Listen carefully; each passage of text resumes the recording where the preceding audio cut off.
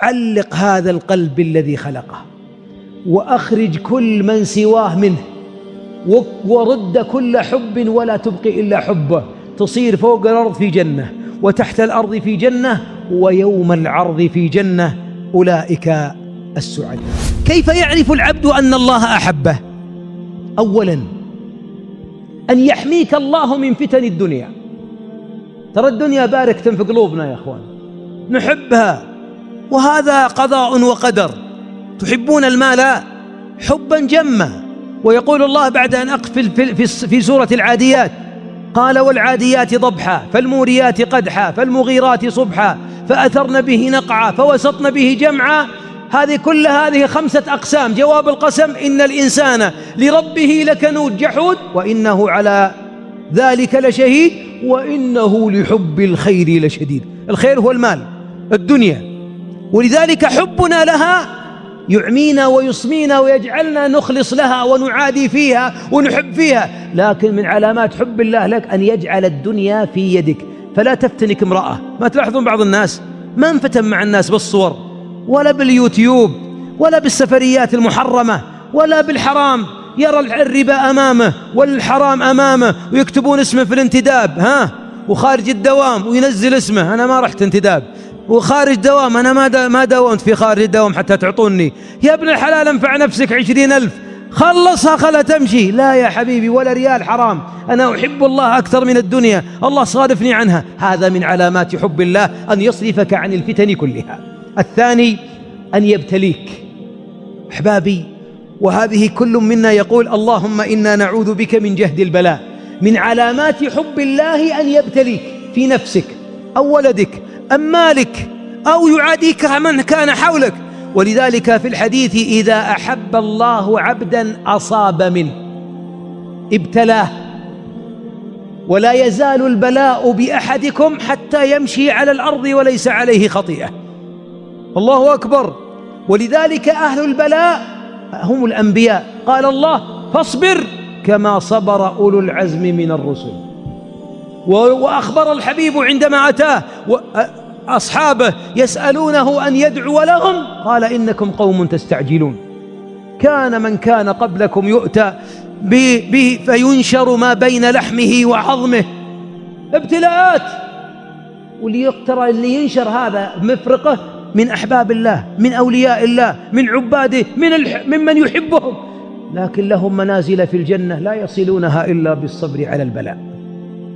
ولذلك أحبهم.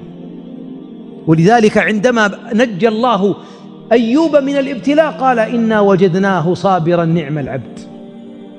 نعم العبد. 18 سنة قيح وأبنائه يموتون وزوجاته ولا تبقى إلا زوجة وتبيع شعرها وتخدم في البيوت. فلما رأى كل الأبواب كرهه الناس، قذره الناس، احتقروا زوجته، باعت ضفائرها، رفع العين وهو على الأرض والقيح يتفجر قال رب إني مسني الضر وأنت أرحم الراحمين فاستجبنا له. اركض برجلك. هذا مغتسل بارد وشراب. إذن البلاء من علامات حب الله. أيضا أن ينشر الله لك القبول في الأرض. وإياك أن تعادي عبدا أحبه الله فنشر القبول له، تجي عادة ناطحه ولا تناكفه وإلا أنك تعاديه أو تكذب عليه أو تحاول إسقاطه. أقبح عباد الله فوق الأرض من يريدون أن يرفعوا حب الله لعبد، يبون يرفعون حب الله من الأرض.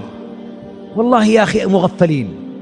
الله إذا أحب عبدا نادى جبريل إني أحب فلانا فأحبه، ثم ينادى في السماء ثم يوضع في الأرض اللهم يا رب أنزل حبك لنا في السماء والأرض واجعلنا من أوليائك وأصفيائك وأعذنا من البلاء وجهده يا رب العالمين، وأدخلنا الجنة بلا حساب ولا سابق عذاب يا أكرم الأكرمين، أنت أكرم مسؤول. إذن القبول في الأرض من علامات حب الله جل وعلا العبد. ومن علاماتها أن يرزقك الله حسن الخلق والرفق. من علامات الله يحبك. ترى الحليم منا الله يحب هذه الخصلة منه. في حديث أشج بن عبد قيس إن فيك لخصلتين يحبهما الله. يا رب لا تحرمنا فضلك. وجملنا بالأخلاق كما جملت خلقنا فجمل أخلاقنا. من علامات حب الله أن يهديك للخلق الحسن، أن يهديك لطلاقة الوجه، أن يهديك لبذل نفسك للناس، أن يهديك للصبر على الأذى، أن يهديك للكرم، أن يهديك لصلة الرحم، أن يهديك لإكساب المعدوم. ولذلك الحبيب قبل أن يكون نبيا هيأه الله وصنعه ربي على عينه فجعله من أحسن بل أحسن الخلق خلقا. فلما أتى من غار حراء قال زملوني. انظر الزوجة الصالحة، كلا أبشر والله لا يخزيك الله، إنك لتصل الرحم، إنك لتكسب المعدوم، إنك لتعين على نوائب الدهر، إنك لتقري الضيف. معنى ذلك أن الله اصطفاك بهذه الرسالة لأن أخلاقك أخلاق العظماء، بل هو خير الورى بأبيه وأمه. فمن علامات حب الله أن يرزقك حسن الخلق. اسألوا الله، كان الحبيب ماذا يقول؟ خلنا ندعوها صدق: اللهم آت نفوسنا تقواها، يا رب زكها أنت خير من زكاها، أنت وليها ومولاها. اللهم كما حسنت خلقنا فحسن أخلاقنا، يا رب اهدنا لأحسن الأخلاق، لا يهدي لأحسنها إلا أنت، واصرف عنا سيئها لا يصرف عنا سيئها إلا أنت. فإن الله إذا شاء بك خيرا جمل باطنك كما جمل ظاهرك. والله جميل، الله جميل ويحب الجمال، ومن أعظم الجمال جمال الخلق. ولذلك أحبابي خلقي وخلقك ما أقدر غيره ولا أقدر غيره، ومع أن الله لا يخلق إلا جمالا، والله لا يخلق الشر المحض، وفي كل زاوية في الكون جمال. يمكن ترى الشين في عينك زين في عيني أنا، ولكن في النهاية كله جميل. الله جميل يحب الجمال. ولذلك من جمال روحك أن تجمل أخلاقك. بعضنا ما يصلي الفجر ليه؟ يقول تعبان، سهرانا البارح في العمل، سهرانا في محاسب العمال، ويذكر أسبابا من الدنيا: أشغلني الأبناء، ليه ما تدرك تكبيرة الإحرام؟ الله يصلح قلوبهم، أشغلوني. وتجد أن بعضنا أعذاره في لقاء ربه سببها هذه التي حذر الله منها.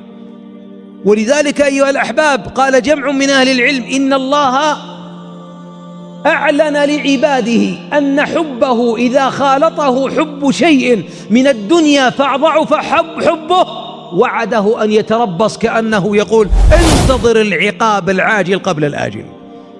ولذلك كم سلطت علينا من الدنيا، بعضهم 20 سنة يجمع الريال، وفي لحظة في سوق الأسهم راحت كلها، ويبني المزارع أو المصانع واحترقت في ساعة، وأبناؤه عنده فقدهم واحدا تلو الآخر، صحته في أقوى، بدأ العد التنازلي، جمع الفلوس في 40 سنة وصرفها على صحته في 4 أشهر ومات مسكين.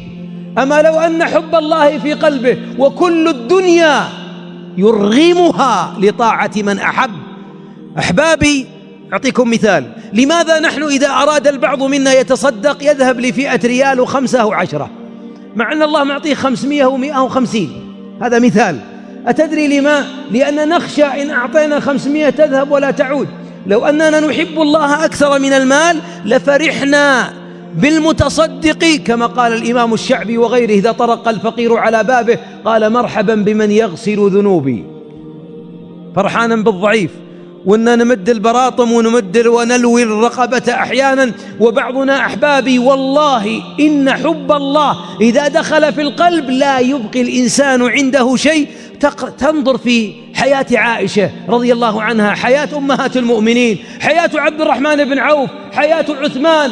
يا أحبابي ألا يحبون زوجاتهم، أموالهم، بيوتهم؟ بلى، ولكن حب الله أعظم، ولذلك أرخصوا كل شيء لله. هذا الفرق بيننا وبينهم، هو حب الله أعظم. ولذلك إذا تجد الإنسان يطيل الوقوف بين يدي الله، يجلس في آخر الليل 1.5 ساعة وهو يبكي وينشج، تورمت قدمه، والله ما أنساه أقدامه وقد تورمت إلا حب الله. يناجيه متلذذ بين يديه. يا أخي لو استضافني عظيم من عظماء الأرض لاستمتعت بحديثه وانتظاره 1 ساعة، وبعدها أقول تعبك طال عمرك راحة، أبيه ينبسط، ما بيزعله، وأقعد عنده وانتظر في انتظاره، وأذهب عساه وأنبسط إذا قيل لي إنه بعد خروجك أثنى عليك. يبدأ أنبسط فرحان إنه يمدحني مع أنه مخلوق، لو انحبست بولته في بطنه مات حصرا، ولو أنه ما شرب الماء مات ظمأ، وليبقى العظيم المناجي له يحبه. لما تزاحمت المحبوبات في قلوب بعضنا وجعلنا الترتيب للأولويات، يحب زوجته، أبناءه، وظيفته، بيته، الدنيا، النساء، المال، الأسهم، السندات، البنوك إلى غيرها، لما تزاحم الحب في القلب خرج حب الله من القلب، وإذا خرج حب الله من القلب صارت الحياة كأنما هي أشباح وصحراء وضيق وهم. وكل من أحب مع الله غيره عذبه الله بذاك الحب. أي حب يزاحم حب الله يعذبك الله بهذا الحب. ولذلك بعضنا عذب بزوجته، عذب بأبنائه، عذب بماله، ولذلك تجد أنه معذب، ان طلعوا خاف عليهم، ونرجعوا خاف ما يطلعون، وتجد خائف من الخوف، حتى أن بعضنا صارت الحياة كلها أشباح. ولو أنه ذاق معين الحب حب الله، هذا الذي إذا ذاقه العبد والله لو قطعت أواصره في ذات الله إنه يتبسم. ولذلك الحب الصادق يجعل المعذب وهو يعذب يبتسم.